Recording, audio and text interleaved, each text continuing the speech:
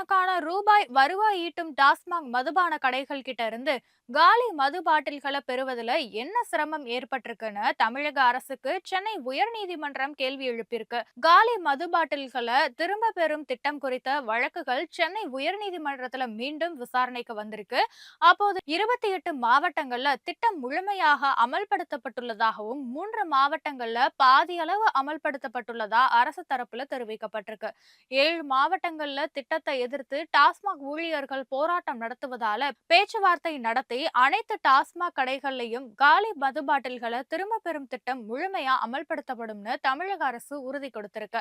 அப்போது குறுக்கிட்ட நீதிபதிகள் பண்டிகை காலங்கள்ல 1000 கோடி ரூபாய்க்கு மது விற்பனை செய்யும் தமிழக அரசுக்கு காலி மது பாட்டில்களை பெறுவதில் என்ன சிரமம் ஏற்பட்டிருக்குன்னு கேள்வி எழுப்பியிருக்காங்க. மேலும் இந்த விவகாரத்துல இனிமேல் கால அவகாசம் வழங்க முடியாதுன்னு கூறி வழக்கு விசாரணையை பிப்ரவரி மாதத்திற்கு நீதிபதிகள் ஒத்தி வச்சிருக்காங்க.